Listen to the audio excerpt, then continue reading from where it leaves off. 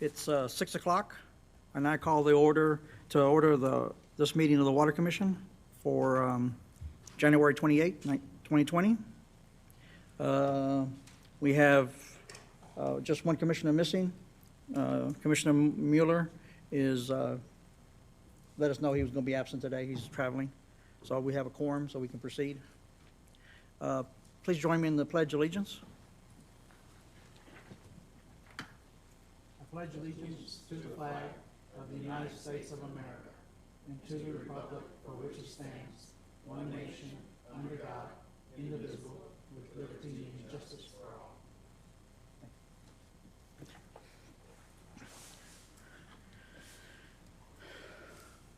Going on to item 4, citizens comment period. This is the time that you have to sign up beforehand. In case it's your first time here, we have a 3-minute allowance. You have to speak to the commission, not to an individual or the audience. We're not allowed to speak back to you. So if we're looking down, it's because we're taking notes. Okay. So we have one person signed up, Sandra McCullough. Would you please come to the front? State your name, address, and then the 3 minutes start after that. And then what?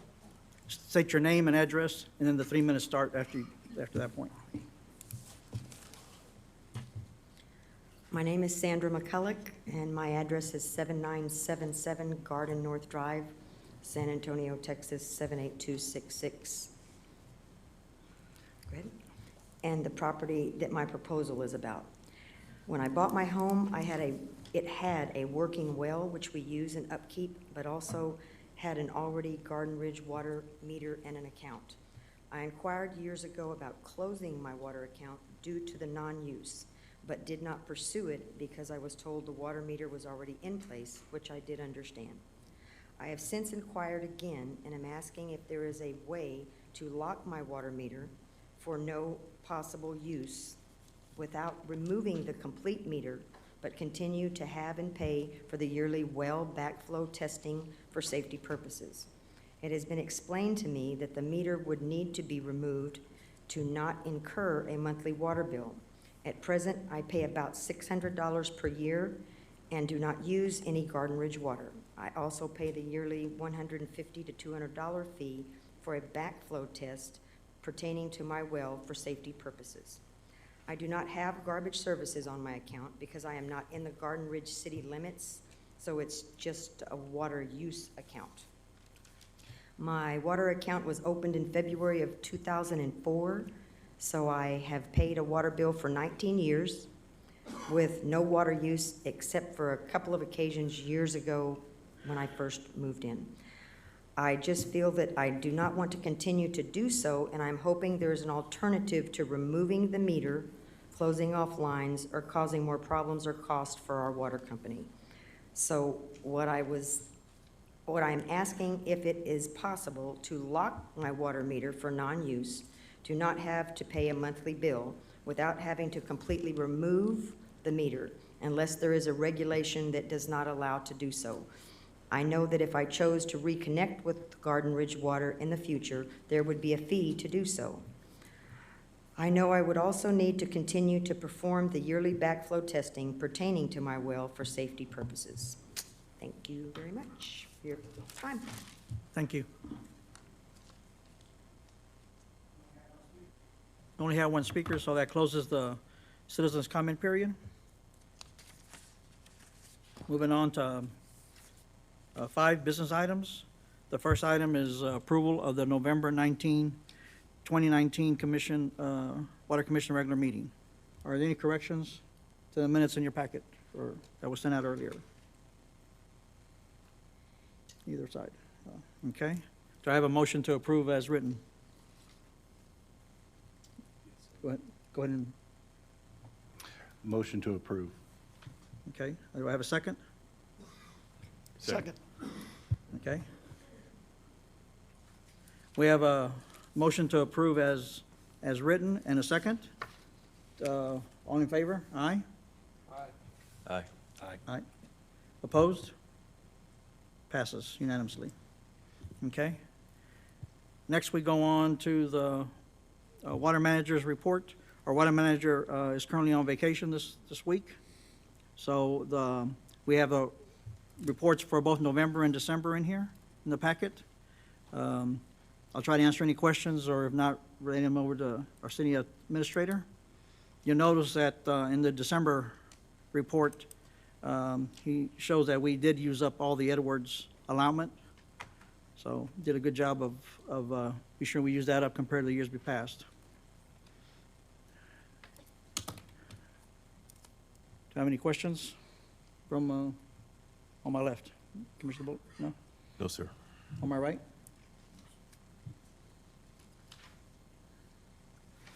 Okay. Any other discussions? So we'll move on. The second item on here was update on AMR meter collection system. With the absence of our water manager, we'll delay that discussion to the next meeting in March. Okay?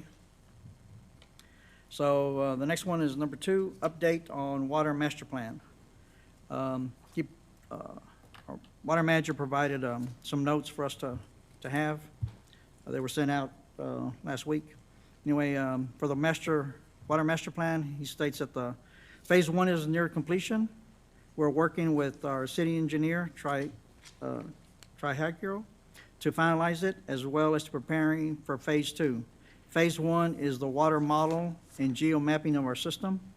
Phase 2 will examine the model to find improvements and address long-term sustainability. Okay, so there's nothing in the packet concerning the master plan at this point. He just wanted to give an update on that. Okay?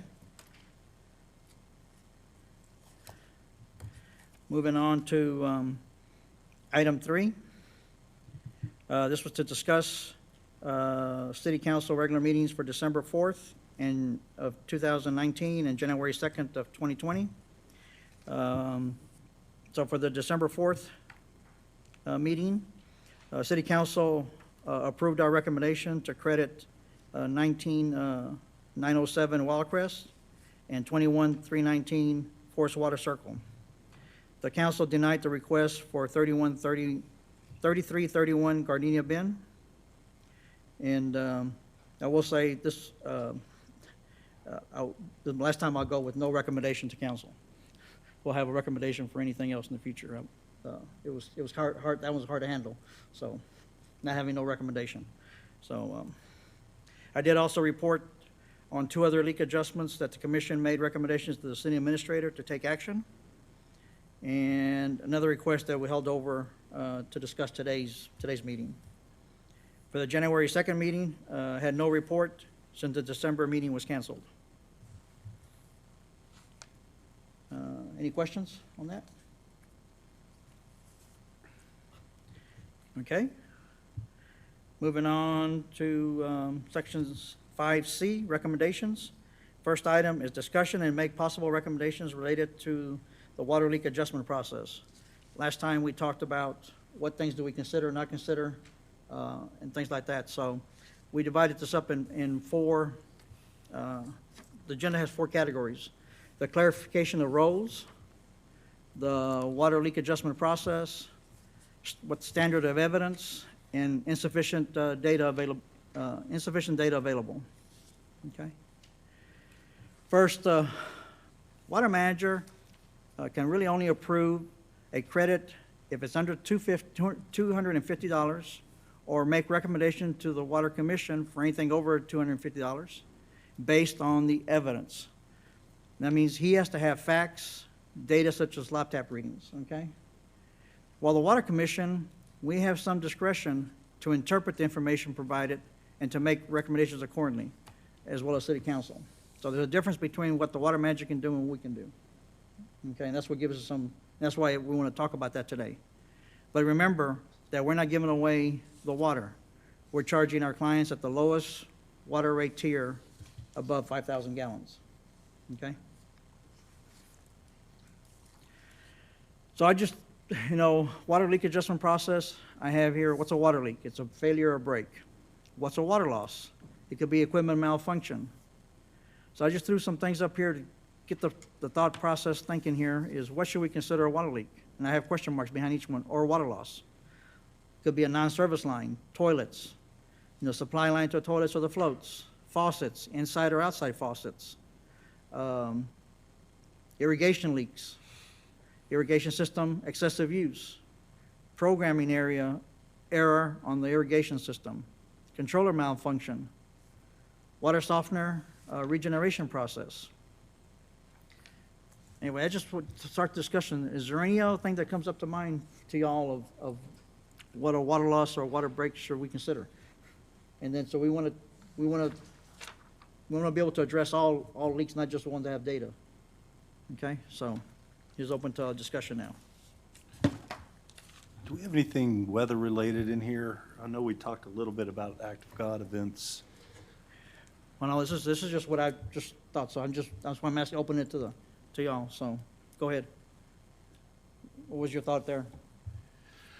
Well, I just thought of the question. I don't have an answer, unfortunately, but I thought maybe that could add it to the list here of, whatever the possibilities are of, I believe we talked last time about Act of God possibilities, and maybe we could add that to the list of things to talk about in the leak adjustment process.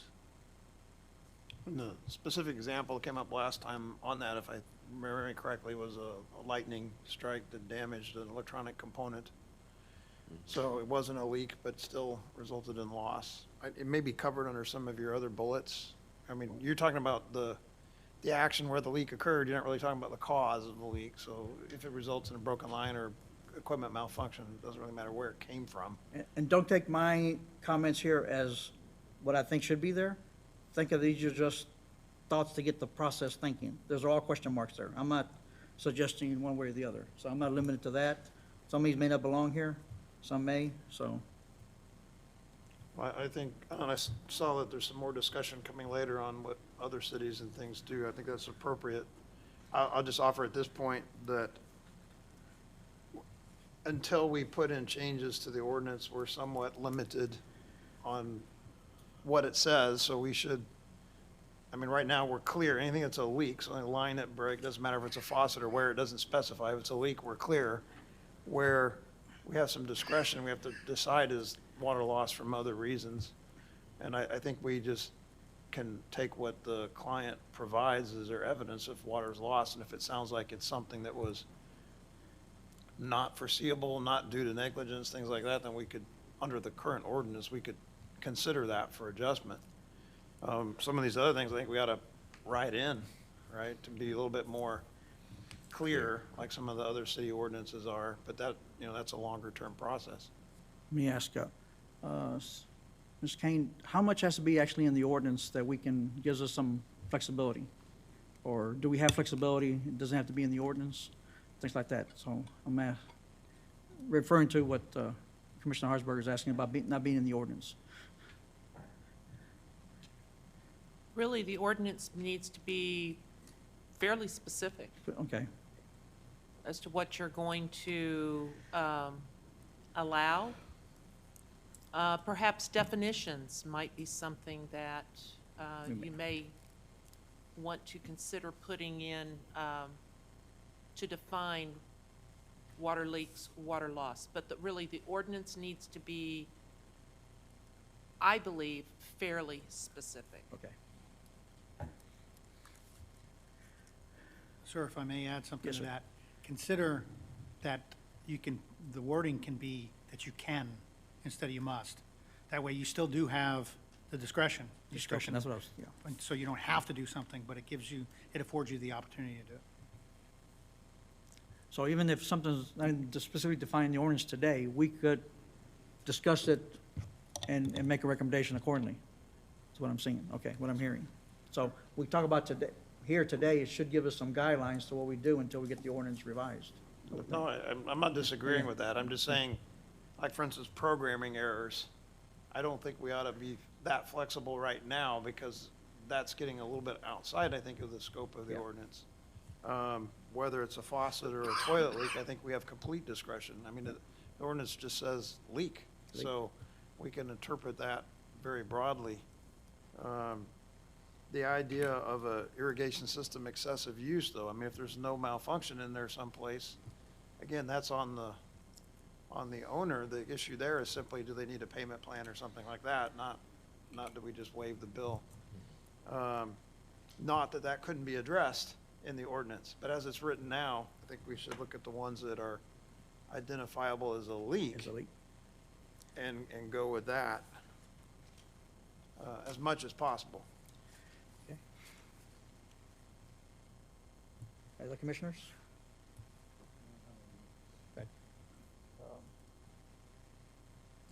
Oh, right there. Yeah, I was struck with the flat fact that we really don't address exclusions. And Yeah. I noticed throughout the information provided from other cities and water districts that some did and only a few did, actually. But on irrigation systems, for instance, if you have a broken sprinkler head, somebody runs over with a lawnmower, I would exclude that. I mean, you should be able to see that Yeah. fountain in your front yard or backyard. So I'm not terribly sympathetic to that. I guess, and I had trouble finding other exclusions. And it's also a matter of, I mean, some cities it had to be at least 125% of usage before it would be considered a leak. So if it was less than that and you fixed it, then it was on you. And I know I think this is the first time I've even seen a water leak adjustment process. I've had water leaks in the past where pipes have busted and I just fixed it and went on with my life. So there's some that you can see. And the other, I think there is, and I've got some notes, but there's a clause in here about being reasonably, how did it word? Within the customer's control, and that's really vague. That to me is something that's, it's subjective to whoever goes out and views the water leak. We have an example of one that's before us now, and it's, if the water department could see and say, this is an obvious leak, but the question is, was that within the customer's control? So those couple of my thoughts. And I would like to explore a little deeper when they get into the rewriting of the ordinance, the exclusions, and give, I think, a little more definition to our water manager, so that he has a little better control and can point to something on paper that says why he's not considering your leak.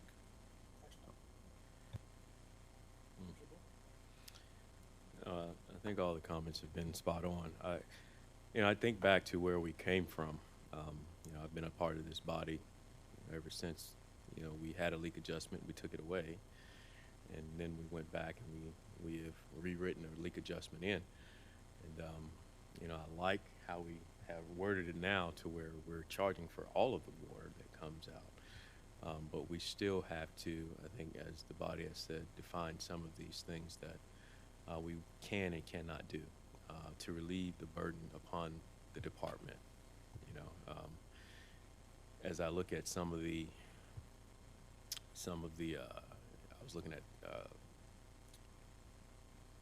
Mr. Parsons, his write-up, and I was looking, man, it looks like quite a bit that was credited back for the water that was pumped through, and we need to come to an understanding, to an agreement, to where we've got this thing pinpoint, I think, and then I'm looking forward to the discussion we're about to have.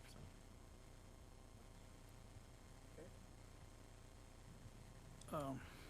I got some notes there, and I think we're going to need to do some actually rewriting of that, but I think it gives us enough to at least discuss that one water leak we have today that, on the agenda. but I still want to continue on with the rest of this, about standard of evidence and insufficient data availability. You know, right now, the standard of evidence is the laptop readings, is the primary method to determine the leak. And you can only go back about 30 days from the point taken.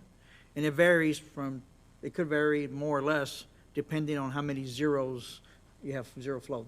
The more zeros you have, the more further days you can go back, okay? The other one is if you're unable to retrieve any data or retrieve the data from when the time of leak, you know, before the leak was repaired. And we have one case today to discuss that, where the leak was repaired and the data was taken like a month later, okay? So that's the things we need to really think about how we handle those, okay? And I'd like to have a discussion here at this point on these two items, because we will get into that in the first one we discuss.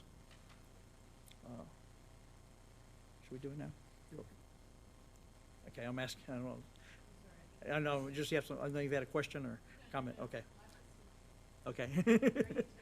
Okay, okay.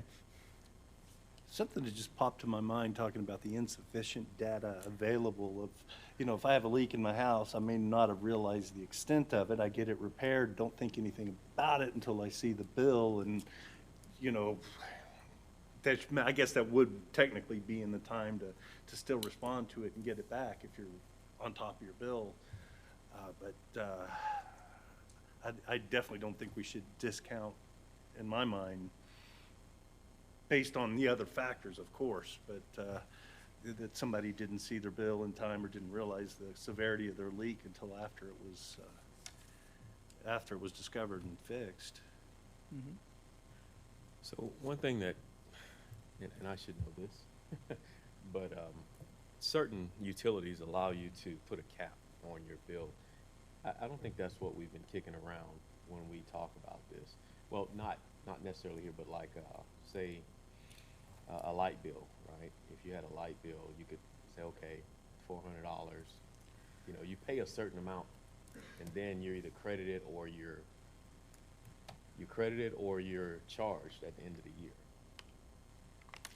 Do you all know what I'm talking about? Some of the utilities. So what happens is, you know, you on a fixed income, you say, I just want to pay Oh, $150 a month for my light bill, you know, and if I use under per month, okay, I'll get a credit back at the end of the year. If I use over, I'll have to pay. So I know we've been kicking around, you know, something to where the customers can read, you know, either on a PDA or a device at some point, but we know that's expensive. That's kind of out of what we can do, but is there a cap or something of that nature that will help a person to catch a leak? You understand what I'm saying? So if I said I want to set my, and what really prompted me is when I was reading through that manual that we had. Okay, if I set my water usage at 4,000 gallons per month, that's what I want to use. But if I go above that, I should know. Does that make sense? I don't know if something like that is in our purview. Do we know? yeah.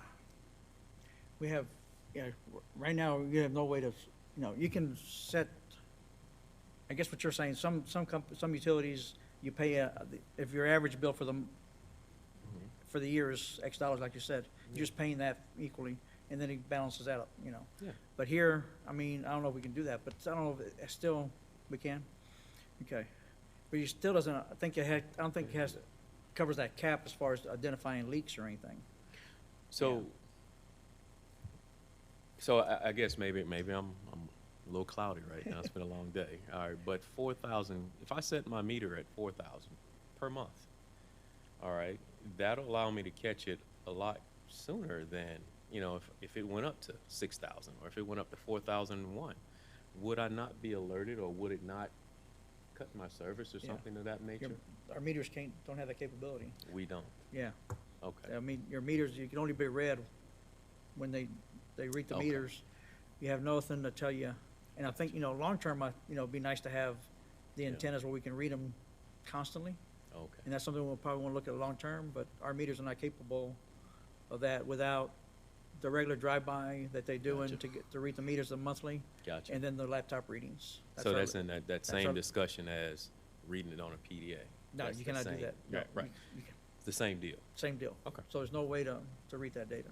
Gotcha. It would be possible through the billing software, though, to set some sorts of thresholds, but so that could be a future discussion.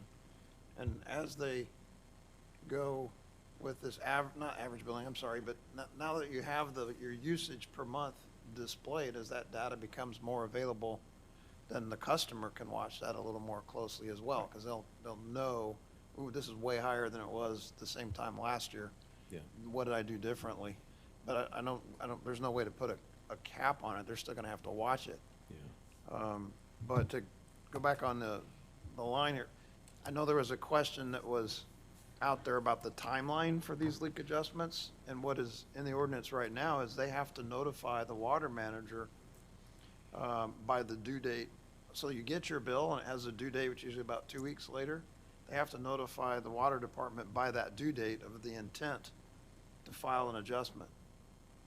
Right, they can always change their mind later, but they have to let you know by the due date. So that puts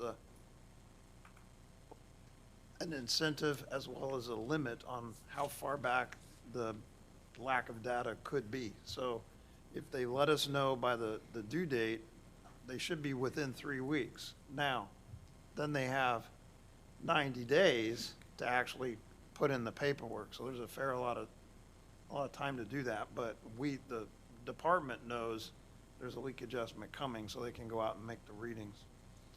So that starts the timeline. So then the question for us is, okay, when he goes to do it, so like it could be 3 weeks old already, maybe going at 4, so he goes out to check, and yes, you have a leak, but it went into the previous month. So at some point, we can't tell where the leak started. I mean, that's the most common Right. situation that comes up.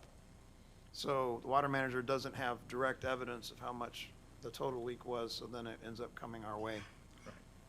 As far as we're concerned, I don't know that we can, unless the ordinance is rewritten until that, I don't know we can have like a firm standard of evidence, because the whole point here is it's a deliberative body. So the customer comes in with their side, and the water department comes in and says, this is what we saw. We have historical billing data. And then we can kind of look. I mean, if there's evidence that a leak occurred, we just don't know exactly what the amount is, then we can fall back on what was your average bill over the last year? What was the average of those last 3 Augusts? Whatever the case may be. And it's a discussion as to whether or not we think there's enough evidence there to warrant the adjustment. And as the chair pointed out, it's not free water.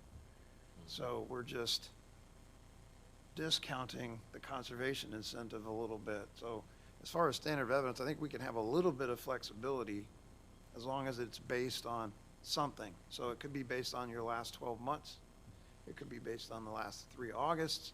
I mean, there's a lot of flexibility there, but as long as there's a rational basis for the amount that we use, I don't think that we're wrong. We just have to, based on the strength of the case, make the recommendation. The council's going to decide ultimately anyway for those larger leaks. So I'm a little bit unwilling to, nail down a firm standard, because I think we're always going to be deliberative. We're going to get those ones where it didn't fit the mold, and we have to be able to handle it. I don't want to get too far off topic here, but, something you said kind of sparked my thought process. Is there any way to get the notices out faster that you're using? I know we don't have them through radio and instantaneous, but when they read the meter, is there anything that could key off immediately when they read the meter that, wow, I don't think it would happen that often, but that would key into, let's let a notification process faster than just the normal bill cycle? Well, the water manager's not here today. I know Yeah. he's the only one that can answer that question. Yeah. I know that something has some capabilities, but I don't know exactly if that can do what you're saying. But I'd rather defer that to Jacob. Understood. Yeah, unless y'all know. To your point, though, that is exactly kind of to what I was talking about. So if we're reading on a monthly basis, and, they're able to say, hey, look, I want 5,000, my monthly usage. Give an option. You set a certain amount, If we read it that month and it's higher, oh, by the way, your bill is a little bit higher. But I guess now that I'm thinking, a lot of times people are out of town or out of the country or something like that. That's kind of what historically has been happening, you know, so you wouldn't see that anyway. I don't know if you can put a, I don't think you can put a stop point on each meter. You Well- may put one generic for all of them, but that's about it. But I don't here's the think you can thing, do that. we can't do it isn't each meter individually read? So, I mean, a customer's preference though, you know what I'm saying? Can we not talk about that? Like, hey, I don't think our. we can't annotate that? I don't think our system's capable of doing that. Mr. Mayor, you have, No, I mean, they're going around and they're read in proximity. They're not read directly anymore, but so they drive around and they read them all. It's all going in the database. It comes back here, it gets put into the system. There's no thresholds, particularly in their reading of it. There's no thresholds at all. And so, first of all, setting a limit is an after-the-fact kind of thing. I mean, we can't, since it isn't real time, you can't say, okay, when I get to this amount, I want you to tell me before I use any more. It's already too late. And the time in between when it's put into the system and when it's billed is not that much time anyway. We don't delay. Once we read the meters, we put it through the system and get them printed up and get them sent out. So, I hear what you're saying. Yeah. But what I was thinking about is more of because we've seen historically 2 to 3 months of this going on, or a month and a half. But that 2 doesn't months. have anything to do with what we're talking about. I mean, we've had people that have gotten these bills. I mean, what more do you want than a bill that says your bill is really high? And they get a couple of them, and then they say, my bill is really high. Okay. Um, You're right. I think with some of the things you're talking about, we're gonna require some capital investment, and so it's down the line. I think Gotcha. our system is limited to what it can do.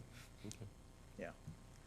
So again, I mean, the way you could do it, if we wanted to do it, you could do something like when they do the vacation hold stuff, saying I'm gonna be out of town, you could say, I want notification if my usage is over 50,000 gallons, whatever it is, a customer could tell you, but then they would have to program in the software to watch for that, so Yeah, I don't know when they that. run the bills, because the issue there, if someone's out of town for a month and a half, they get 2 water bills, it'd be nice to know on that first one that there was a problem.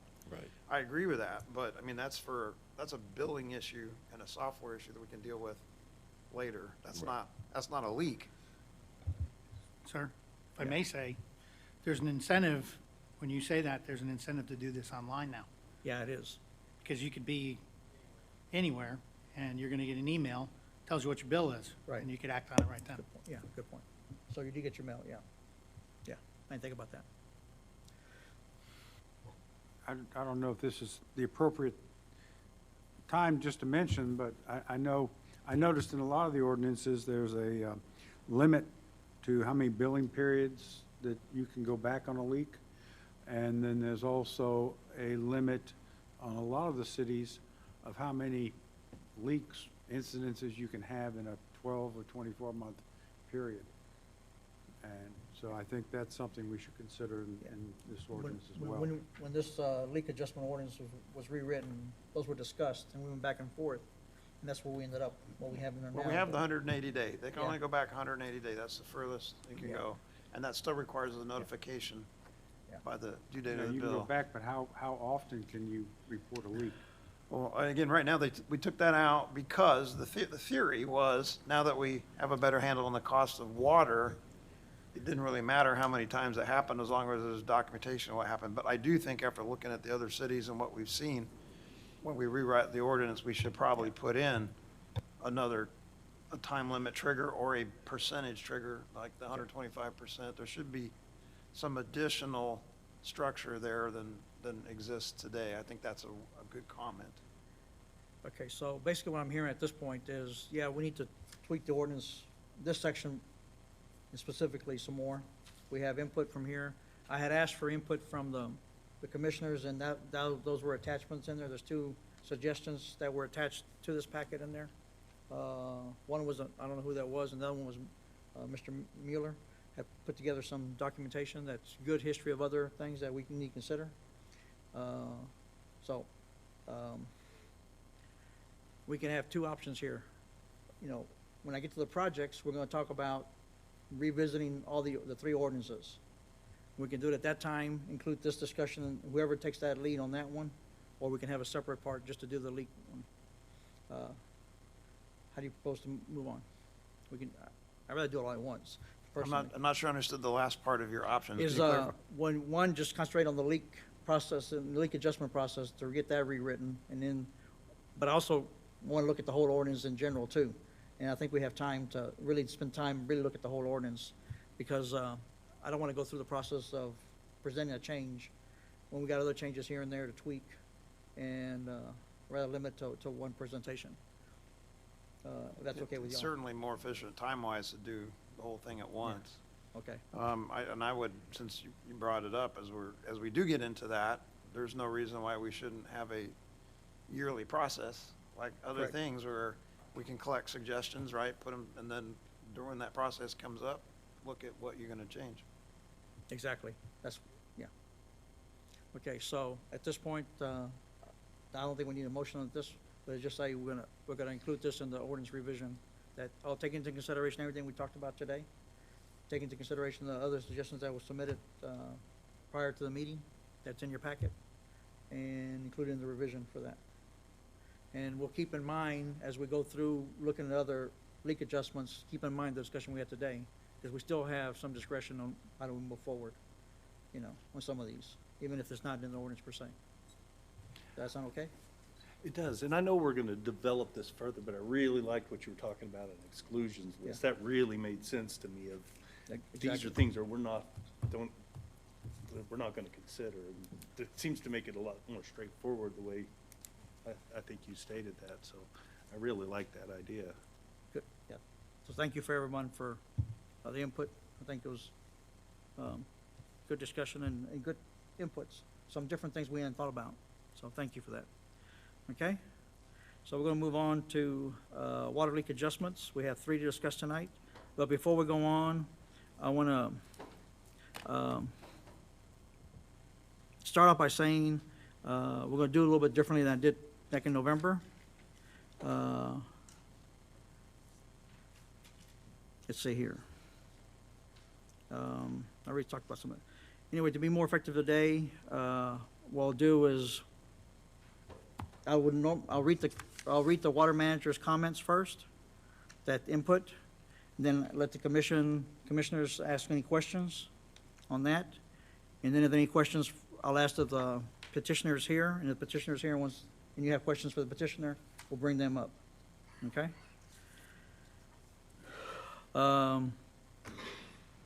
Okay, so the first one is the request for water leak adjustment for 9627 Corey Lane for the billing period of July 22nd, 2019 to August 22nd, 2019. Commissioner Harrisberger, is this one that you had recused yourself last time? Yes, I won't vote on it. I don't mind participating in discussion, but I won't cast a vote or recommendation. I don't think, per our discussion with the attorney, since, for that, I'll have to ask you to step down. That's fine. Okay, so just, yeah, if you don't mind. No, actually, go ahead. That's the recommendation from the attorney. Sorry about that. Yeah. Okay, so last month, we basically approved a motion to postpone any recommendation for this leak. This leak had insufficient data from the water department. As you remember, the water department was unable to retrieve the data from the meter in time that the leak was repaired. Like I said earlier, laptop readings are retrieved for about 30 days, historical data. The petitioner stated there was a leak in the sprinkler piping between July 22nd and July 29th, and the data was not retrieved till after, from August 27th through September 30th. The water department at that time was overwhelmed with requests for laptop readings and just couldn't keep up with, wasn't able to get to all of them at the right time. Okay, so you have the data in front of you, that's what, we looked at. Commissioner Carmichael, this is the first time you were involved in this one, so, anyway, any questions from our other commissioners? Or how you want to approach this? Again, this was, or do you have any questions for me first? I apologize, I'm getting confused on the address of this one that we're looking at. 9627 Okay, this one. Curry Way? Yeah, Okay, so, as you said, kind of refreshing my memory, it's been a few months now. yeah, it's been, so we talked about it in November. We talked about this, actually, Yes, sir. It's been a lot that November. happened Yeah. since then, but, so this homeowner, if I heard you right, we were overwhelmed and we couldn't get to the meter reading, that's right. We couldn't, so we weren't able to retrieve data to be able to reduce. he retrieved the data, but it was after the fact, Okay. Do we give them any reduction? Yes. Well, there's nothing proposed, Okay. because the water manager's not able, again, the water manager can only base his recommendation on evidence. I got you. We actually have the Yes, sir. leeway to,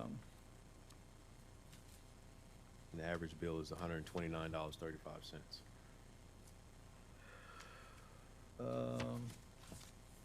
It's here on the screen. oh, yeah.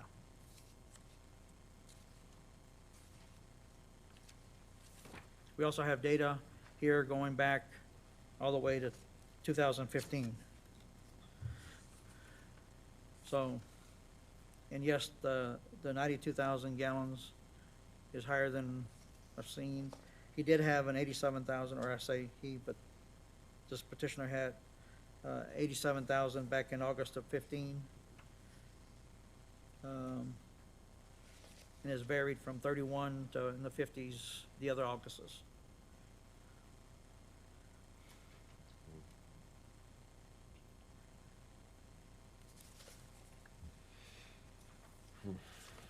So first of all, do you feel like we need to, is this something that we need to address? Make a recommendation to provide a credit? And I And apologize. then my how to? My confusion on this is I've seen the dates of 8/29 at 11 o'clock at night, and there's consistently 1,200 gallons used during that hour. You know, and that doesn't appear to be into the day. I must be missing something because the Yes. dates aren't matching up to Yeah, me. because that's the data he took, the data that was taken by the water department was after the leak. So all that data is there is just after the leak. There's nothing there that correlates to the leak. So when it was showing these really high values here, Yeah. And I don't show.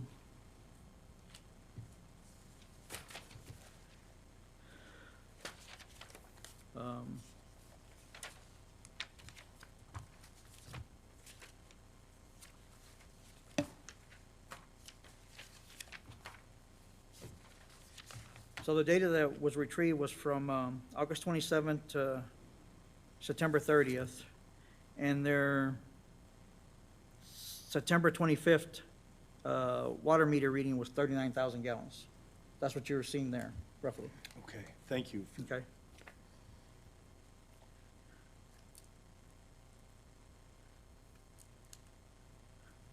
Do we have what their previous year was at about this time?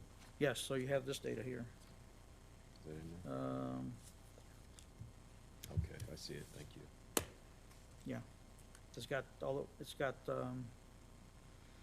what, almost 6 years? 1, 2, 3, 4, 5 years. Gotcha, thank you. And again, I'm sorry to ask for the clarification. That's okay.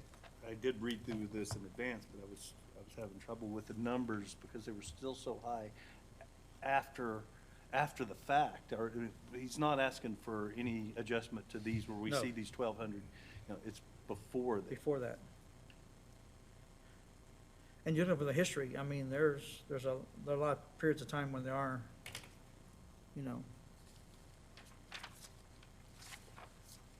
The summer months, of course, look significant. yeah.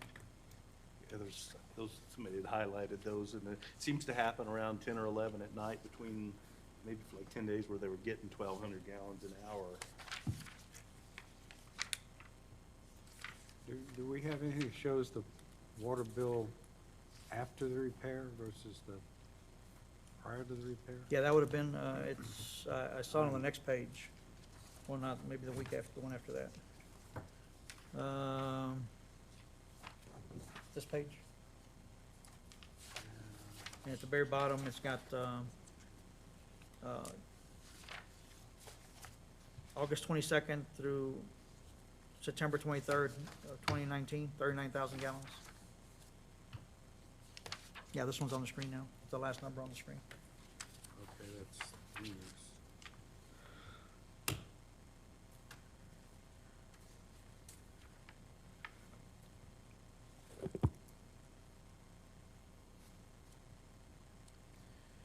I definitely think there should be some action taken. To your point, to your question, what is what we were talking about before? You know, when we talk about leak adjustments, I mean, we're kind of back at that again. You know, instead of pulling an arbitrary number from the air, we have to discuss a formula, something, you know what I'm saying, to where when we do not have the data, you know, we're just not.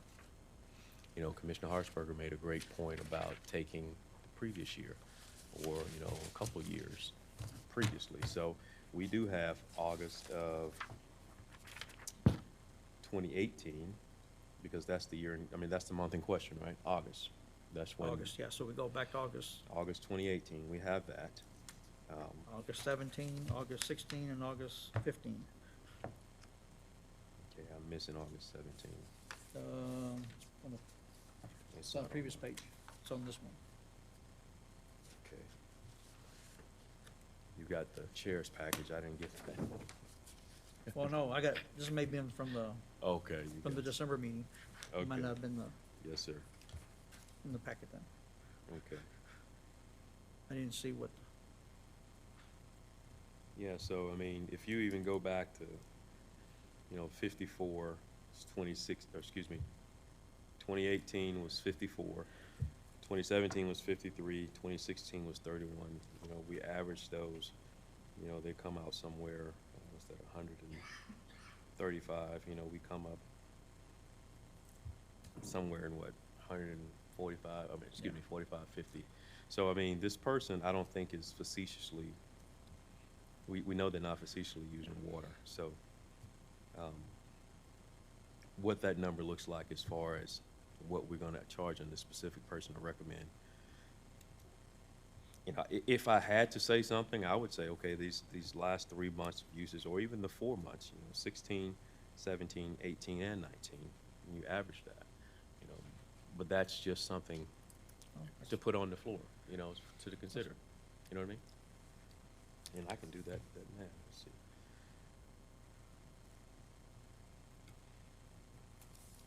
So, what's that? which one's you? Because I did some already beforehand. Which you, Oh, you did? Okay. well, I did 15, 16, I did the 87, 31, 53, and 54. Okay, and it came So- out to 56.25. 56, if you look at all the way to August of 2015, Yes, sir.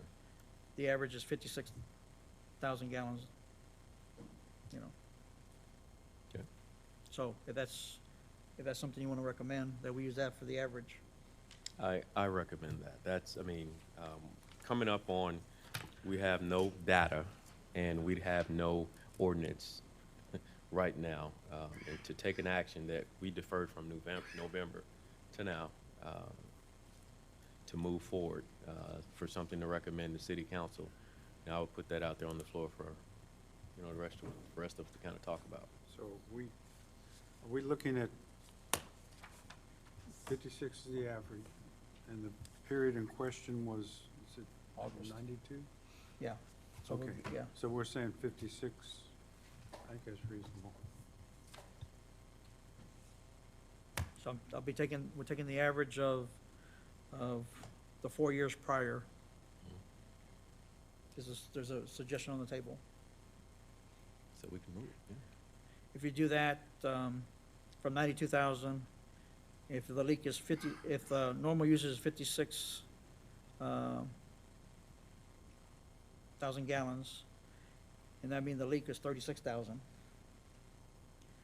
The credit, if I did my, we have to look at the calculation, but my credit shows, you may do it?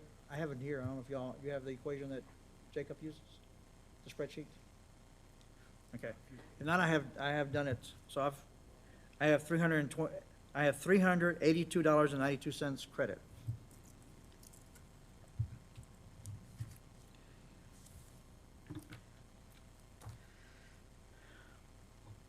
Sounds reasonable to me.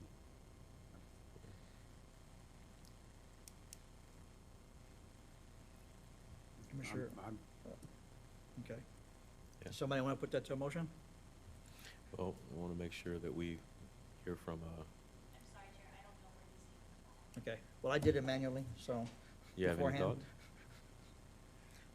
thoughts? I have to admit, I'm still stuck on the high use in the following month of those hours that we're seeing, significant amount of flow for about 4, 5, or 7 or 8, or maybe it was 10 days out of the month that, was that carried over from last time, whether it be a certain zone valve opening up? Was it related to the leak? I want to definitely give him the benefit of the doubt, but I have to admit, I still have that in the back of my Well, he mind. still shows that he used 39,000 gallons the next month. Yeah. I'm I just aware. wonder if it was related to those really high use hours. So I know we won't be able to Right. tell. He's not but- asking for credit for anything there. Yeah, I do get that, but I'm wondering if it was the same scenario, but we had a lot more of those days in that previous month that we were having. Maybe we had those 1,200 gallon per hour flows multiple times in that month. And, how bad was the leak? I see the next one has a bunch of pictures of a clear leak of the next house, but yeah. So I'm,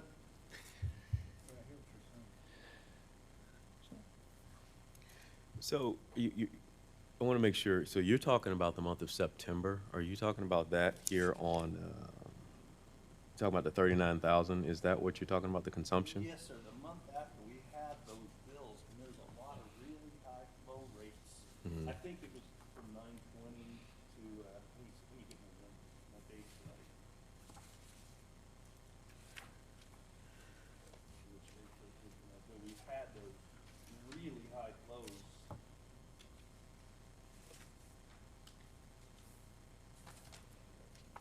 So just to give you an idea, though, I guess when we look back to, the consumption is historically around the same for that month, for the month of September. So if you go back to 2018, it's 43,000. If you go back to 2017, it's 34,000. If you go back to 2016, it's 40,000. So not sure, So, yeah, so the 39,000 gallons in September it's, is in the range of history. yeah, so it's kind of the, Yeah.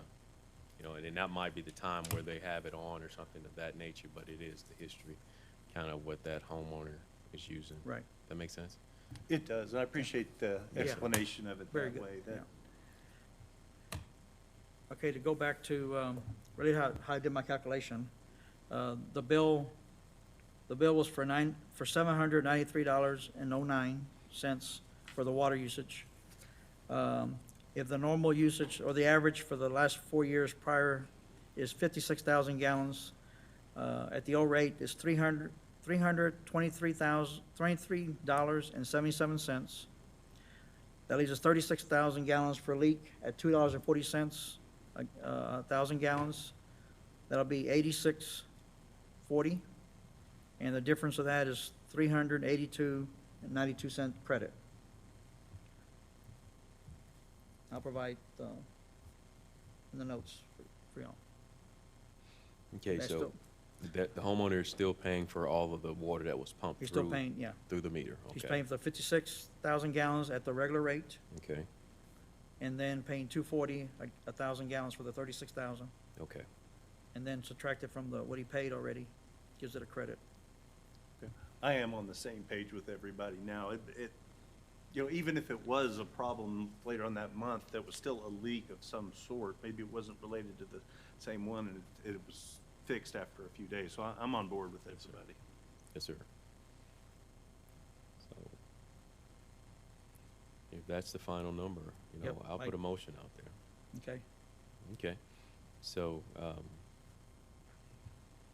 I motion that we credit the homeowner at 9627 Curry Way, credit of $382.92 toward that water bill. so that's a recommendation. That's the recommendation. Okay. Okay, we have a motion, Second? okay, and a second to credit the homeowner, to recommend that, our city administrator, $382.92, credit based on the on the average usage month. All in favor? Aye. Okay. Opposed? Okay, motion passes. Thank you.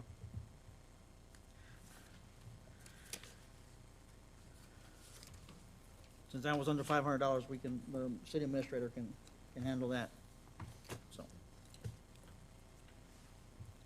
Second is, Dr. Ong, is that correct? Ms. Kane, how do you pronounce the next? Ong, Dr. Ong. She, let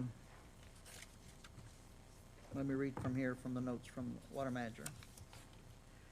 Customer has a regular low water usage. The customer noticed a low water pressure, and called the city to find out information. The customer has a large property, I think almost 5 acres there, right off of 3009, and the leak was running into a ditch and could not be seen from the driveway or from the house. Water department staff agreed that the leak was difficult to see.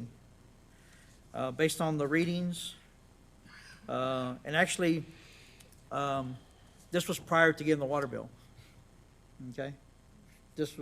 She called the city department for help before she even got the water bill, okay? Because it was low water pressure. It was a significant leak, because water manager calculated that it had an average of 500 gallons per hour for 16 days and 75 gallons per hour for 12 days. Okay? There's pictures of where the leak was. There's the different bills that she had.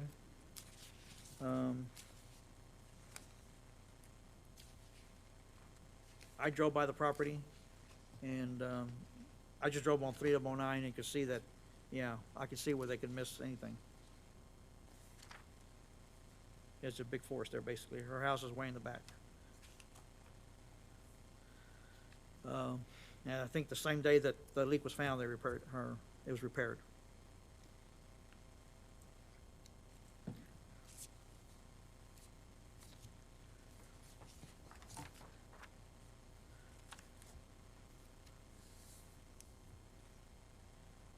Any questions?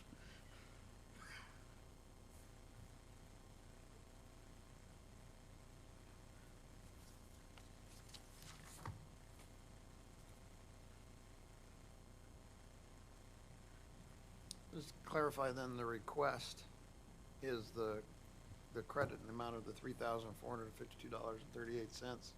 Right, so let me clarify that, because on the form that the water manager filled out, as page 2 of the request form here, difference from the calculation on the notes he gave us.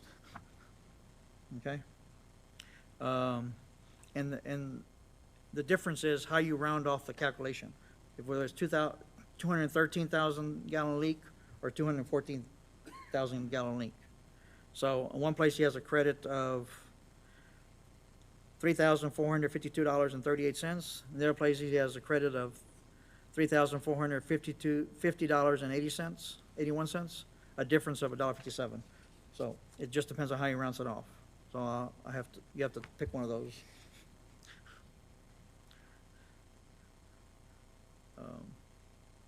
Again, city staff agreed that the leak was difficult to see, and she didn't notice it until it was low water pressure.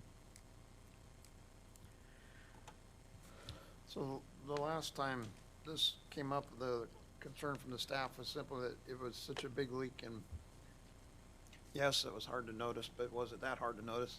But it sounds to me like on the update that we're basically saying it was hard to It's notice. hard to notice, yeah. And we should commend the homeowner for responding right away as soon as they noticed. I don't know what else Yeah. they could do, so, I don't think I have any other questions Okay. except for which of those numbers you want to go with. Yeah.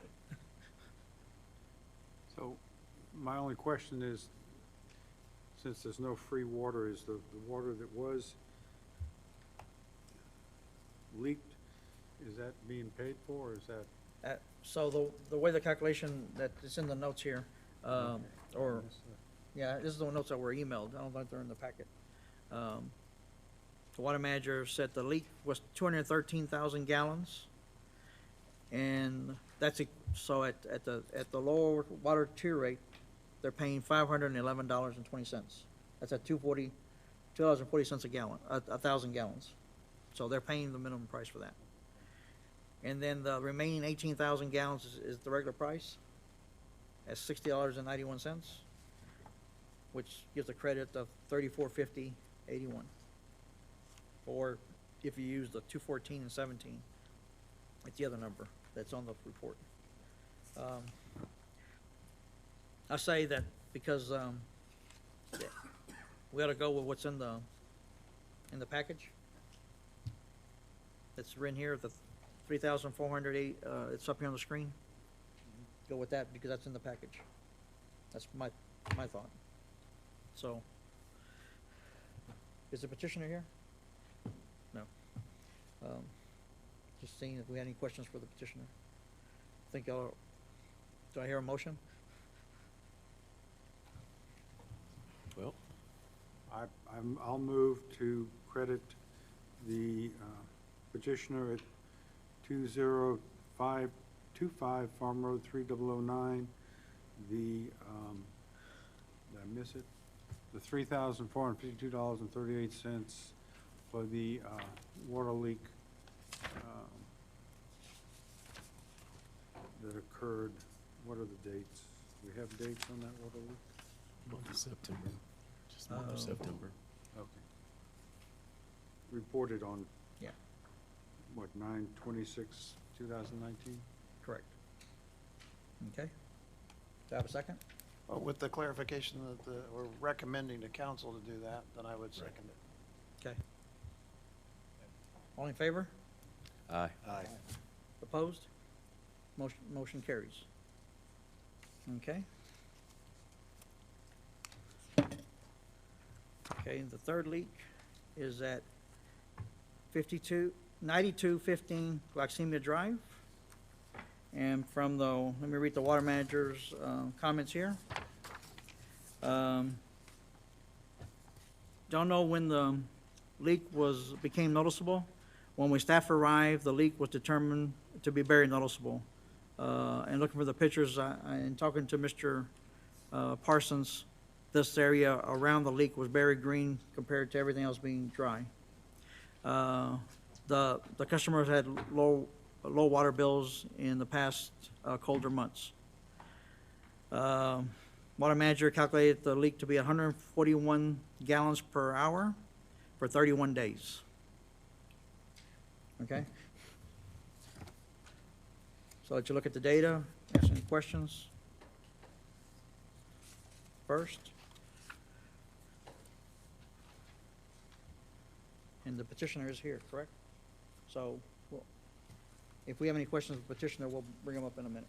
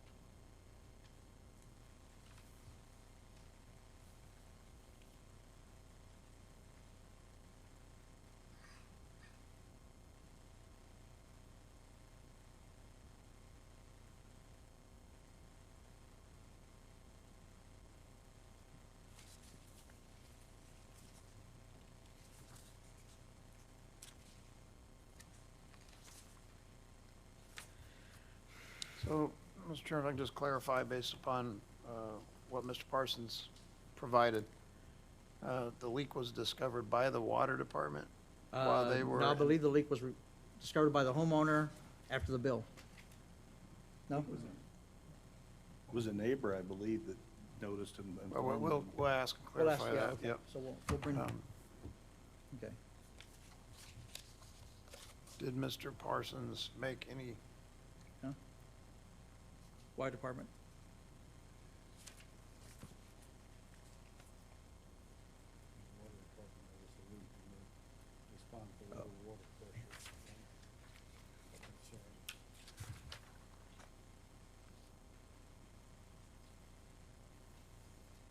Oh. Yeah, water department technician found the leak. Right.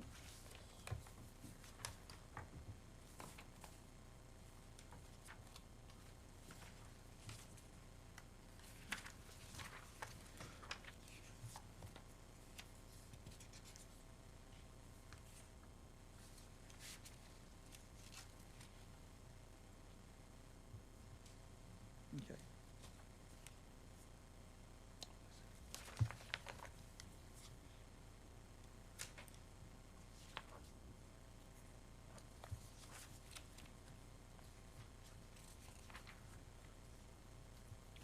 so again, to clarify, the packet indicates that a leak was noticed, the leak was repaired. You know, once the homeowner was notified of a leak, there was a timely action to get it repaired. And the data indicates or substantiates 105,000 gallons as the size of the leak. Is that all a true statement?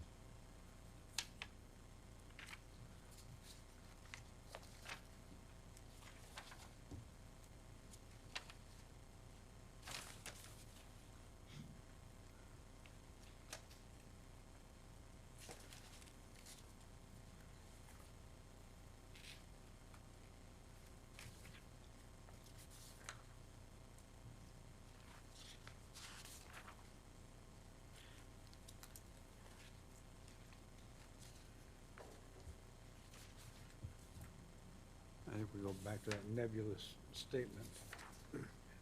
If it's reasonably, if it could be,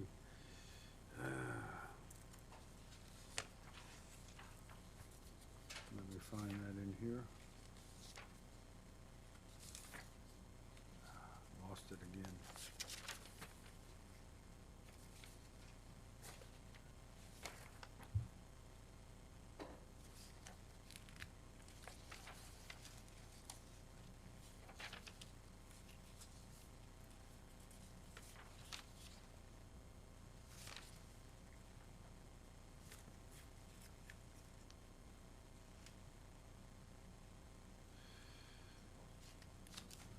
The leak that was not reasonably detectable.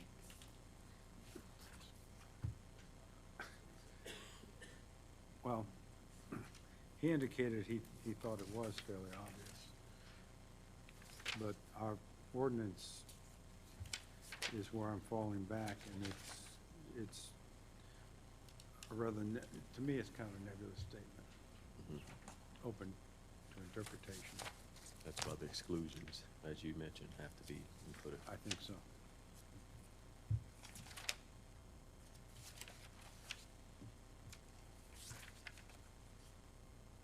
I mean, the only issue then is whether or not it was reasonably detectable, and that somewhat depends upon the homeowner's perception, so perhaps it would be good for them to address that before we move forward. Yes, I'll bring the email here from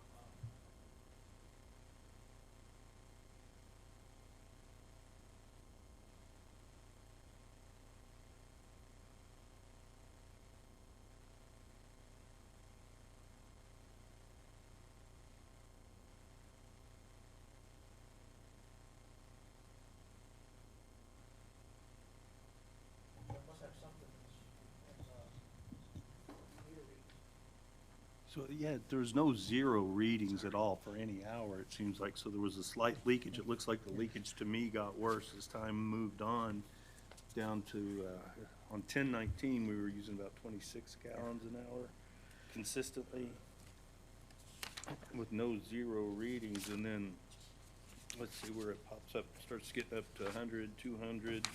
Yeah.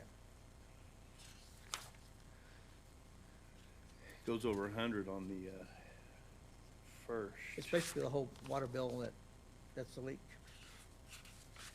Yeah, Definitely increased over time, it appears. yeah, just increase over time, Yeah, yeah. just, I'd like to bring both y'all up, you know, I guess, yeah, one of you. Just a question, I do have a question about the green patch, so let her put the mic on. I think we can explain that. Our garage is kind of like a wraparound, so we go in and out of the garage and the kitchen door always. Okay, So we never go out the front door. In fact, very, very seldom do we ever go out. In the month of November, I'm pretty sure we didn't, because my son was staying with us about that time. And so we frequently always use the kitchen door to the garage and drive out and go out the property. To that particular spot, it's just left of the front door and up towards the neighbor. So we never did see that spot. If you walk towards it like Mr. Chris walked up there, he walked right up to it and he Oh. touched that it was wet. And I said, well, darn, I didn't know that. I only wish that there was some kind of meter reading capability that would send us an email and say, hey, did you know you're using a lot of water? But of course, we didn't know. When he alerted that, he turned off the water sprinkler system valve and no more water leak. And we fixed it in a couple of days and so it looks still like you. have the water turned off. So he went, there was somebody there the day, I guess the day after the meter were read then. I suppose, yeah, and Chris, I believe, he came by and did a double check to make sure that things were right. And you can see in the meter reading that we got, that it went down to just about nothing, because it was in the water distribution, the water sprinkler system. Yeah. That we had the issue in, and we hadn't turned it on, just didn't know about any leak. Anybody have any questions, starting on my right, for the petitioner? I'll just add, in your opinion, after you saw this green area, about how big was it? Oh, I mean, if you really look hard, it couldn't be more than, I'd say, 4 by 4. Interesting enough was the 2 pipes that are in that system, it was the top one that had the leak, but downward. So I can only assume that it was water pressure going down and none of it spewing up. I wish it would have been a sprinkler that showed that it was, but we didn't know it was going down. It just so happened that by the time Chris saw it, it was already wet on top. Yeah, but we didn't know. In your previous month, you didn't notice anything Well, it was right. bill-wise or No, sir. pressure-wise in your house? No, we didn't know. So, fixed it as soon as we found out. And as you can see, our bills in past times have never been over 2,000. And even when we do water, the grass, we might get to 3,000 sometimes, but not too often. That's my question. Anybody else have a question? Mr. Carmichael, any question? For the petition? No questions at Okay, this time. thank you. Mr. Bowler? I don't have any questions. Okay. Thank you, sir. Yes, sir. Okay, so I want to clarify that in the form here, he says the water leak was 105,000 gallons, okay? The bill was only 107,000 gallons. So when he did the calculation, he showed, you know, he took the 2005, 105,000 gallons and left only 2,000 gallons. The thing is, when you do that, he's double charging for 3,000 gallons. So the credit in the paper here is incorrect. in the sheet over here, he's rechanged it where, because he's already paying for 5,000 gallons on the base, as part of the base fee, $25. So I redid the calculation, it's, the credit will be $779.24.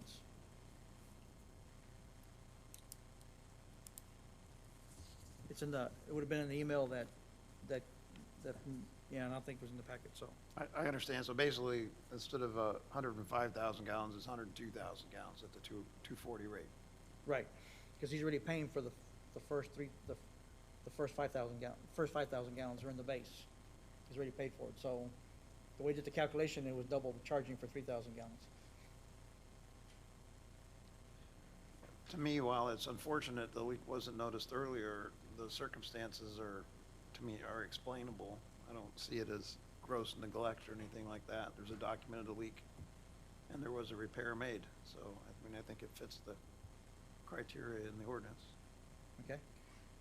So are you making a motion? Well, I'm looking to see if the heads are nodding. Well, and I'm with you, Mr. Hartsberger. Mr. and Mrs. Benavides are here tonight in good faith, and being here speaks a lot, speaks volumes. This body's kind of put in, right now, kind of the way our ordinance is written, we're kind of put in a position. Nonetheless, the fact that you showed up speaks volumes, and you came and spoke. So, I'm leaning toward that motion. Okay?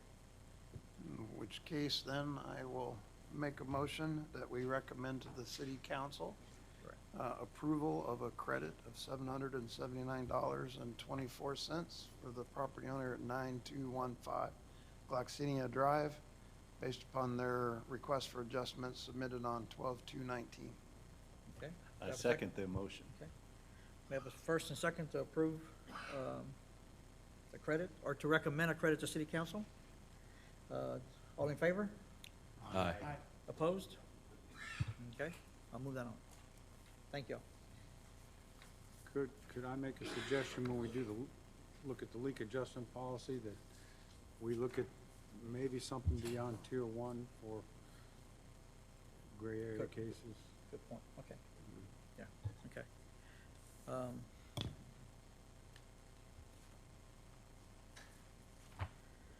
Okay, let's go back to the agenda. Where are we?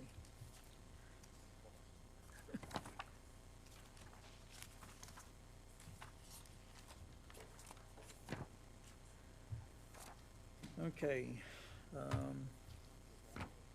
So, number 5, under recommendations, discussion and finalize the water information pamphlet. So, Commissioner Bullard, I'll turn this over to you. Great. Well, thank you all once again. This has been a long time in the run making here. You all kind of have a copy of it in your packet. It's to educate our consumers and to serve as a welcome. Hey, look, this is what you'd expect from your Garden Ridge Water Service. And I've worked with Miss Cat on this, and she's been great. And one thing that I like, one of her suggestions, is that this be a working document. We've got a 70%, 80% product here. I would suggest that we move it on to for approval, unless any objections from my colleagues here on the commission. I'm looking at it. I think it's been edited for grammatical error 3, 4, 5 times now. The only thing that will be challenged or changed in the future is the information that we want in it, that we want our consumers to know. So with that being said, discussion. Okay, I'll go to my right. All right, well, thank you.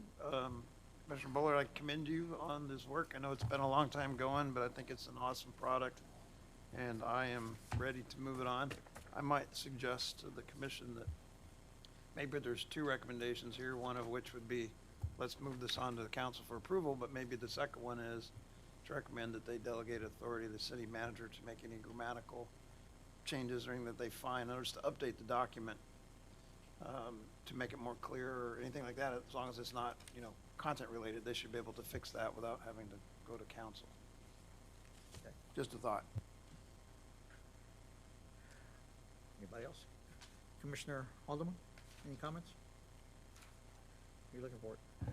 Well, I think this is extremely well done as well. If I only had any comment, I almost would want to add maybe a little bit more on just the importance of water conservation as a whole in Texas, and you've got that here, but I just like the idea of that being just like, we can't use 200,000 gallons of water. To be fair about it, in my opinion, I mean, Yes, sir. it's just we don't have that to go around, so. Yes, sir. But it's absolutely great what you've done. That's just a minor suggestion. Conservation, yes, sir. Mr. Carmichael? No, I would agree with your comments on conservation, and as it goes forward, I think it looks great now. And if there's anything moving forward that might be added, it'd be strengthening the conservation, because I agree with, water's a limited resource, and with the population explosion in Texas, we are gonna run out. Yes, sir. Hopefully not in my lifetime, but we So, will. I guess the question would be for us, you know, because I believe the water department will manage this document. Can we ask the water department to manage this document? That would be upon them. But I mean, I think we talked about a yearly coming back, you know, kind of a timeline on the water commission, you know, if there's anything. I mean, and they manage it for content as well, you know, hey, look, we need to put this in there. You know, I don't know if we're gonna do something with leak adjustment. You know, as that is rewritten, do we even wanna include that in there or just leave it in the ordinance? As far as 54, you know, do we wanna even put that, okay, that leak adjustments are available, something to that line that's in there, or, you know, but I'm thinking that the water manager, they can manage the content as well, you know, what they want on it. You know, and I guess another question for me would also be distribution. Is this going to just first-time hookups? What do we recommend for that? You know, I know it's going to be online, but as far as distribution, have we even considered how we would do that?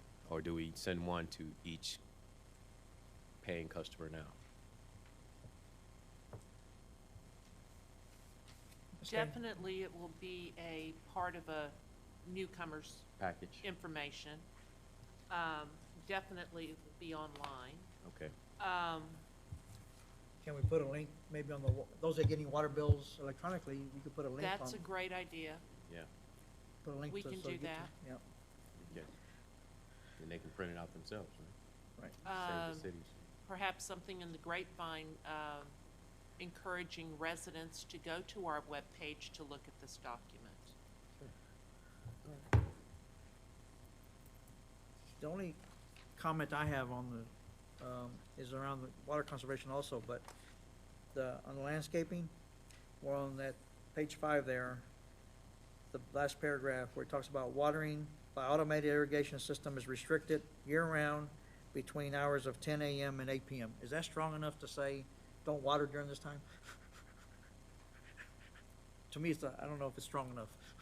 My interpretation when I looked at it originally was those are the only hours, That the was, only periods you could water. and that's why I brought that up, because when I Perhaps read it the first, prohibited, something a little strong, a something. little stronger perhaps. Yeah, just, yeah. Or the opposite, say you can only water between 8 PM and 8 AM and 10 AM, something like that. Maybe the opposite of that, maybe a better way. But something that Strengthens it. strengthens it a little bit more so people understand that we really don't want you watering. Because I can drive around during the summer and I can see sprinklers on at noon. Okay? Wow. Yeah, I think it'd be a good grammatical edit to change that to prohibited, to make Prohibited. it clear. Okay, something more Um, clear. That's what, but the only one I see is, Sure. something more that. As far as other water conservations, you know, when we talk about projects later on, we're gonna talk about, you know, doing some other educational plans, so. Yes, sir. Again, I think, so conservation is in the document, right? So for the water manager and the city administrator to then add to that content, if they choose, would not be out, that would be fair, right? They can, Absolutely. it's only changing the document if we add something that's not there or take away something that's there, right? If we took a section out, then it probably needs to come back, but I think over the course of the year, if they say, I need to add this sentence to make conservation stronger, they should be able to add that sentence. I mean, I don't know that the city council needs to get into wordsmithing a pamphlet for the homeowners, right? This is a good thing. Our role is, we want this. We want the water department to manage it, and we'll revisit the content maybe on a yearly basis. I think would be fine. And we can make that recommendation to city council, but then city council will make the call on that. Is that, Mr. Mayor, do you have any comments on that? I agree completely, that, and in fact, I'm not sure how much the city council really needs to get involved with this. Okay. I mean, frankly, you know, the water manager working with y'all, enhancing the content, periodically reviewing the content. I mean, Good enough? Okay. this isn't committing resources, this is just an informational pamphlet that routinely staff or somebody else will help staff put together. Okay, that sounds great. Okay. So, I just have one more thing to add, and I don't know if this would be the place to do it, but I like the idea of putting commercially available leak detection systems on here that the homeowner can, that they're informed about what's out there, and, you know, the cost of the system may be cheaper than one massive water bill at some point, you know? Yeah. well, I know we talked about that in the agenda on several other meetings, and there's somebody working on that. So I'd rather wait till we do anything on that. We're not prepared to add anything at this point, but it's a good thought for later. Okay, so you want to just put your comment into a motion? So given the discussion, I move that we recommend to the city administrator that they take and publish this document in the manner considered most efficient, that they manage the document, making whatever grammar changes are necessary, you know, to enhance the content, and review it on an annual basis. Okay. Do I have a second? I second that. All in favor? Aye. Opposed? Thank y'all. Okay. Thank you, Mr. Bullard, for handling that. Okay.